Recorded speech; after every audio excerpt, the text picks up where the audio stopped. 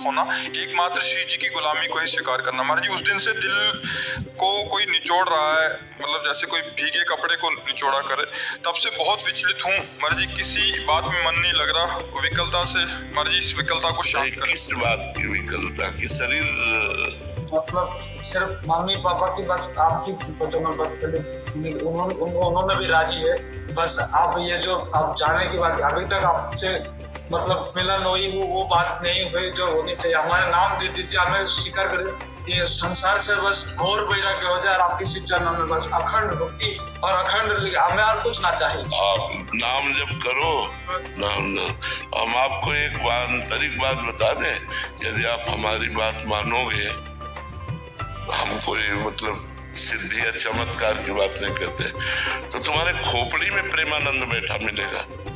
ये तुम देख लेना, तुम्हें लगेगा कि हमारे माइंड पे वो बैठे हुए हैं और वो मुझे चला रहे हैं, क्योंकि ये जीवन भगवान को समर्पित जीवन है।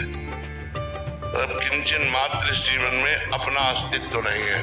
भगवान बुलवा रहे हैं, पढ़े लिखे नहीं है, भगवान चला रहे हैं, हमारी किडनी फेल है, तो अपना अस्तित्व, मनुष्यत्व का अस्तित्व नहीं है। ये केवल भागवतिक प्रभाव से चल रहा है। तो अगर आप हमारी बात मानोगे तो आपको दिखाई देगा माइंड में ही वो बैठे हुए चला रहे हैं। बाहर की तो बात जाने दो, माइंड में बैठे हुए वो चला रहे हैं, हमारे दिमाग में वो बैठ चुके हैं। जो वो बाबा ने ये बोला है, बाबा ने ये बोला है, बाबा ने कहा ऐसे चलना है, ये माइंड में बैठना होता है। तो माइंड में बैठ करके ही तुम्हें भगवत प्राप्ति करा देंगे। अमित आहूजा जी, राधे राधे। महाराज जी, महाराज जी, क्या भाग्य हमारे जीवन को नियंत्रित करता है या हमारे प्रयास और प्रार्थना हमारे जीवन को बदल सकती है? नहीं, भाग्य नियंत्रित करता है कब तक, जब तक हमारा प्रयास आध्यात्मिक नहीं होता। आध्यात्मिक प्रयास होने पर भी भाग्य अपना प्रभाव दिखाता रहता है, लेकिन वो हमको परास्त नहीं कर सकता। आध्यात्मिक उन्नति होने पर हम अपने नए प्रारब्ध की रचना कर सकते हैं, नए भाग्य की रचना कर सकते हैं, लेकिन वो केवल आध्यात्मिक प्रयास से होगा, भौतिक प्रयास से नहीं। भौतिक प्रयास की सफलता और असफलता ये पूर्व भाग्य पर आधारित है।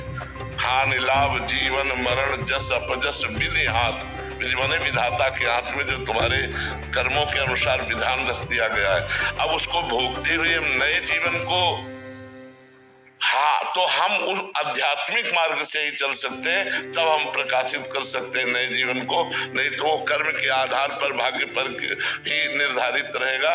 वो स्वयं में इतना प्रबल नहीं है। स्वयं में प्रबलता पुरुषार्थ अध्यात्म की, भजन की, तपस्या की, व्रत की, नियम की, तीर्थयाटन की, इनको जो हम करते हैं तो हम अपने भाग्य का परिवर्तन कर सकते हैं। आगामी, वर्तमान को नहीं, आगामी भाग्य का परिवर्तन। महाराज, कर्म से भाग्य बनते हैं या भाग्य से कर्म? कर्म से भाग्य बनता है और भाग्य से उसका फल मिलता है, सुख या दुख। कर्म से हमारा भाग्य बनता है और भाग्य के परिणाम में सुख या दुख मिलता है। तो हमें नवीन कर्म जो आप करें वो सुख दुख दोनों से परे होने चाहिए। वो है भगवान का भजन जो परमानंद प्रदान करता है, सुख दुख से परे है। तो नाम जप करो और सारे कर्म भगवान को समर्पित कर दो, अब जीवन आनंदमय हो जाएगा। ये भी होता है कभी आगे जब कर्म कर रहे हैं तो आगे का जन्म पता नहीं कहाँ जाएंगे। आप बिल्कुल बिल्कुल सुअर कुत्ता भी बन सकते हैं, चिड़िया पक्षी भी बन सकते हैं, देवता भी बन सकते हैं, मनुष्य भी बन सकते हैं, कर्म के अनुसार। हाँ, जैसा हम कर्म करते, कोई निर्णय नहीं। इसीलिए तो खूब नाम जप करना चाहिए, तो नाम जप बचा लेगा, नाम जप आपको आगे उन्नति प्रदान करेगा। महाराज जी, माला से ना कर सके तो क्या हर पल हम नाम लेते रहे, उसका भी उतना ही प्रभाव पड़ेगा जितना माला लेके करने से? और भी साधन है, ये एक निमित्त है हमें भजन कराने में, इनका बहुत बड़ा योगदान होता है। जैसे हमने देखा कि आज 40,000 हुए नाम जप, अब कल जब 30,000 में हम रोकेंगे तो हमें जलन होगी कि 10,000 का हमारा घाटा हो रहा है, यार कैसे पूरा करें 10,000 तो पूरा। अगर हम गिने ना होते तो ये प्रक्रिया ना होती। तो हमें लगता है गिनने से हमें ज्यादा लाभ मिलता है कि आज हमने 50,000 किए, चलो कल 40,000 किए थे, आज 50। अब 50,000 से नीचे उतरने में आपको अच्छा नहीं लगेगा। तो मुझे लगता है नए साधक को गिनकर करना चाहिए, माला से, काउंटर से, जैसे भी बने, तो उससे हमारी रुचि बनती है। वैसे संख्या बनती है। अब ऐसे हमारा घंटा भर मन लगा और कभी बिल्कुल ना लगा तो फिर वो ठीक नहीं रहेगा। एक नियमता करना चाहिए, अभ्यास की कमी है उसको और बढ़ाओ। निखिल जी पंजाब से। राधे राधे। राधे राधे महाराज जी। महाराज जी, पूज्य भाई जी ने आपके श्रीमुख से सुना था कि जब आप कृष्ण में हो जाओगे तो कृष्ण जी की प्राप्ति हो जाएगी, ऐसा आपको बोला था। उसी प्रकार मैं शिव जी की प्राप्ति करना चाहता हूँ, तो शिव में कैसे बन सकता हूँ? निरंतर नाम जप करो, श्याम सदाशिव श्याम सदाशिव श्याम सदा। जब पवित्र हो तो गुरु द्वारा प्रदत्त यदि मंत्र हो तो पंचाक्षरी मंत्र जपो, और यदि गुरु ने अभी मंत्र नहीं दिया तो श्याम सदाशिव हर समय जपो, शिव शिव शिव शिव श्याम सदाशिव। जी मनोभिरामिनी शक्ति। राधे राधे महाराज जी। महाराज जी, क्या अनन्यता, प्रसाद निष्ठा, धाम निष्ठा, वस्त्र निष्ठा आदि निष्ठा लेने से आती है, या अंतर्मुखता में एक निष्ठ होकर अपने गुरु चरणों के आश्रित रहने? नहीं, लेने से भी आती है, हमें लेना चाहिए, ये निष्ठा लेनी चाहिए, स्वीकार करने से ही तो होगी। जिसमें हमारी श्री जी ने भोग नहीं पाया हम भोग नहीं पाएंगे। अगर हमें कभी भी गृहस्थी में टाइम मिलेगा तो भाग के वृंदावन आएंगे, हम और कहीं नहीं जाएंगे, क्योंकि धाम निष्ठा है ना, तो हम भाग कर वृंदावन आएंगे। एक दिन का भी समय मिला तो हम भाग कर वृंदावन आएंगे। देश विदेश हम जाकर के मनोरंजन नहीं करेंगे। धामनिष्ठ अगर उसको फुर्सत मिली तो हफ्ता, 10 दिन, 5 दिन, 2 दिन वो धाम में व्यतीत करेगा, परिक्रमा लगाएगा, भगवान नाम कीर्तन करेगा। यमुना जी, बिहारी जी, राधा वल्लभ जी, राधा रमण जी, इनसे नेत्र में नेत्र मिलाएगा, जीवन कृतार्थ करेगा। तो ये हमें स्वीकार करना होगा कि मुझे जब फुर्सत मिलेगी, तो जैसे छुट्टी मिलती है तो लोग अपने घर भागते हैं ना, ऐसे हमारा घर धाम है, हमें हमारे प्रिया प्रीतम विराजमान है। और जहाँ हमारे प्रभु ने भोग नहीं पाया वो चीज हम अपने जबान पे नहीं रख सकते। हम चाहे जिस देवी देवता के सामने जाएं, जय अपने प्रभु की बोलेंगे। मान लो जैसे हनुमान जी की आरती हो रही तो हमें मर्यादा है कि खड़े हो जाना चाहिए। हनुमान जी की आरती हो रही, हमें दिखाई दे रहा है, हम हाथ जोड़कर खड़े हो गए और आरती संपन्न हुई, अंदर से बोले राधा वल्लभ लाल की जय, अपने चल दिए। अपने इष्ट को ही सर्वत्र देखना, इष्ट की ही जय जयकार करना, इष्ट की ही जूठन पाना, इष्ट का ही चिंतन करना, ये सांगो पांगो उपासना अनन्य प्रेम को प्रदान करती है। ऐसा करना चाहिए। परी सिंह जी। परी सिंह जी। जी गुरु जी, एक भक्त का लक्षण क्या होना चाहिए? निरंतर भगवान का सुमिरन और भगवान के प्रतिकूल आचरणों का त्याग। शास्त्र सम्मत आचरण और भगवान का सुमिरन, 2 शब्द में समझ लो, इतने से ही महान भक्त बन जाएगा। भगवान के अनुकूल आचरण, प्रतिकूल आचरणों का त्याग, प्रतिकूलस्य विसर्जनम। कभी भूल कर भगवान के प्रतिकूल आचरण न बने और भगवान का सुमिरन हर समय चलता रहे, तो इसी से सब भक्ति के लक्षण आ जाएंगे। श्रवणम कीर्तनम स्मरणम विष्णुपाद सेवनम अर्चनम वंदनम दास्य सख्य आत्मनिवेदनम। भजन से सब पूरे हो जाते हैं। भजन करोगे तो भगवत चर्चा सुनने का तुम्हें नशा हो जाएगा।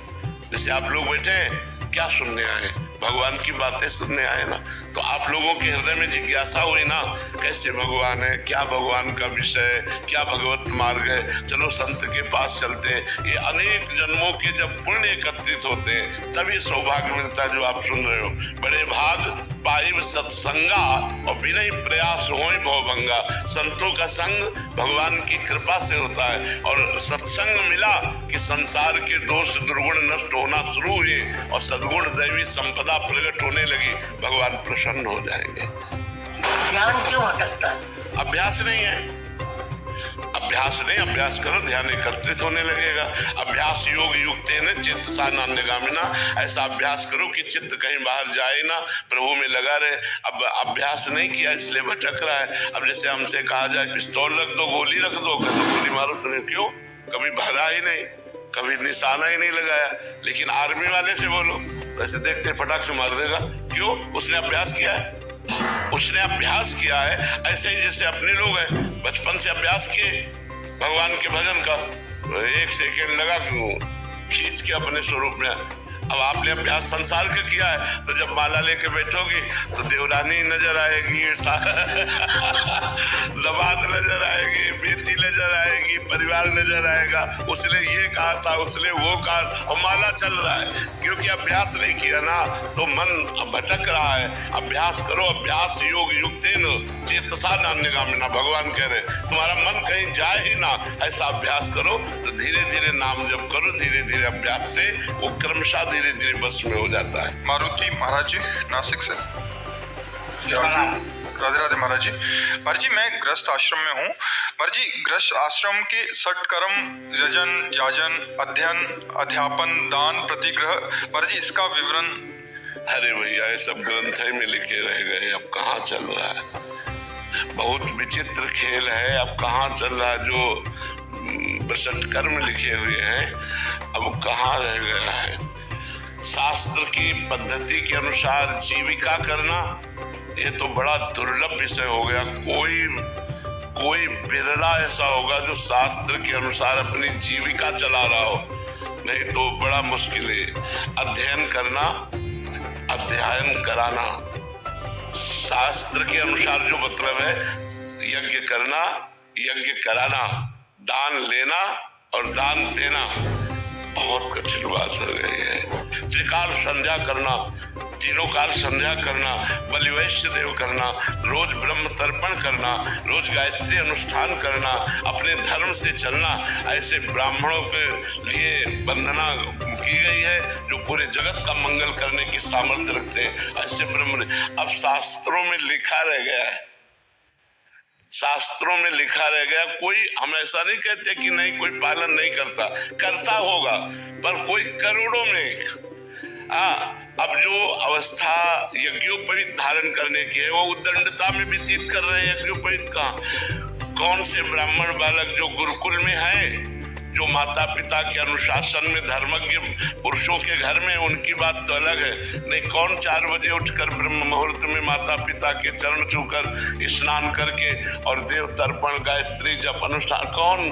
कोई करता होगा, हम कहते करते हैं। अब जैसे काशी में है, आप देखो तो वहाँ करते ही मिलेंगे, क्योंकि वो भगवान शिव की नगरी। बहुत से ऐसे पवित्र देश हैं, पवित्र क्षेत्र हैं, पवित्र घर हैं जिनमें अनुष्ठान हो रहे होंगे। लेकिन अब समय बहुत विचित्र कलयुग का आ गया है कि अपने धर्म के अनुसार जीविका चलाना बड़ा कठिन हो गया, बड़ा कठिन हो गया है।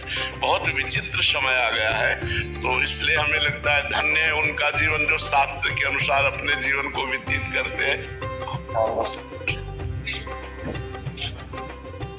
श्री हरिवंश महाराज जी आपके चरणों में कोटि कोटि प्रणाम। महाराज जी आपने एक बार सत्संग में बोला कि सेवा से तन की शुद्धता होती है और सुमिरन से मन की। इसमें तन की शुद्धता का आश्रय महाराज जी कैसे समझें कृपया? हाँ, तन से हमारे पाप कर्म होते हैं। जब हमारा शरीर शुद्ध हो जाएगा तो हमारे शरीर से पाप कर्म नहीं होंगे। पाप कर्म की व्याख्या कहाँ तक करें?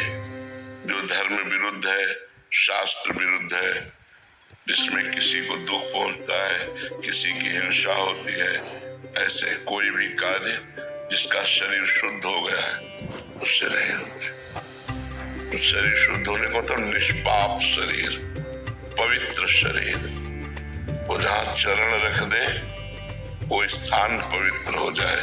तीर्थी कुर्वन्त तीर्थानि, वो तीर्थों में भ्रमण करता है, तीर्थों को तीर्थत्व प्रदान करने के लिए इतना पवित्र हो जाता है। सेवा से शरीर पवित्र हुआ तो शरीर का राग नष्ट हो गया, मन पवित्र हुआ तो मन की चंचलता नष्ट हो गई। मन और तनय में तो हमारी आसक्ति है, तो हम अनासक्त होकर भगवान से प्रेम करने लगे।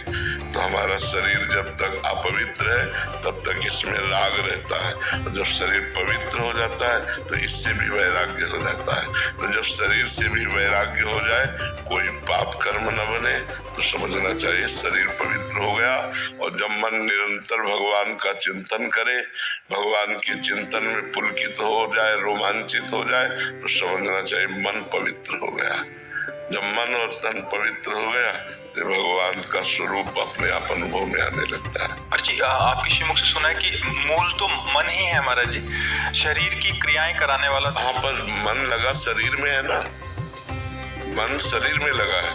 अगर हमारा शरीर अपवित्र है तो अपवित्र क्रियाओं की बढ़ोतरी करेगा मन, अगर शरीर पवित्र है तो इनका कनेक्शन है। अच्छा, इसीलिए पवित्रता का निर्वाह, इसीलिए हम स्नान, कपड़े पवित्र, पवित्रता, जिससे हमारा मन पवित्र हो। मूल तो मन में आएगा, पर मन स्थूल शरीर में फंसा हुआ है, तो स्थूल शरीर जब हमारा पवित्र होगा तो सूक्ष्म शरीर में मन आता है, वो भी पवित्र हो जाएगा, और कारण शरीर में स्वभाव आता है, वो भी पवित्र हो गया। तीनों पवित्र हो गए तो आप तो परम पवित्र है ही, आत्मस्वरूप है, आपको अनुभव होने लगेगा। जैसे स्वच्छ और निर्मल जल में नीचे क्या पड़ा है ये हमें दिखाई दे देता है, ऐसे परम पवित्र निश्चल मन में भगवान के स्वरूप का अनुभव। इंद्रियाणाम मनश्चास्मि, भगवान गीता जी में कहते हैं इंद्रियों में मैं मन हूँ, तो वो अनुभव में आने लगते हैं। वनिका जी दिल्ली से। श्री हरिवंश महाराज जी, आपने जीवन में इतने कष्ट अकेले ही सहे हैं महाराज जी। हम तो कुछ थोड़ी सी भी प्रतिकूलता या फेल होने पे एकदम हारा हुआ फील करते हैं महाराज जी। इस समय में महाराज जी अपने आप को कैसे संभाले महाराज जी? अब दिमाग में बस वही घूमता रहता है। भगवान के नाम जप में और भगवान के चरणों के आश्रय में बहुत बड़ा बल है। अगर हम भगवान का आश्रय न लिए होते तो हमारी दुर्गति हो जाती। आज भी जैसे कष्ट में शरीर है, लेकिन भगवान के आश्रय में है तो एक आनंद है, एक शीतलता है। भगवान के आश्रय के बिना विपत्तियों से, दुख से, संकट से नहीं हटा जा सकता। एक तो आई हुई विपत्ति होती है, हम लोगों ने तो जानबूझ के कष्ट सहे, नियम पूर्वक, मांगना ही नहीं है, जो सामने आ गया वही पाना है। कई कई दिन भूखे रहना, गर्मी, सर्दी, बरसात सब सहना, पर प्रभु के लिए तो उन्होंने ऐसी सामर्थ्य दे दी जो अब कष्ट लगता ही नहीं है, अब कोई दुख लगता ही नहीं है। सुख से डर लगता है, बड़ाई से डर लगता है, अब गाली देने वाले से डर नहीं लगता, अपमान करने वाले से डर नहीं लगता। ये भगवान की कृपा से होता है। इसलिए नाम जप करो, भगवान का आश्रय लो, तो बहुत बल है भगवान में, बहुत बल है।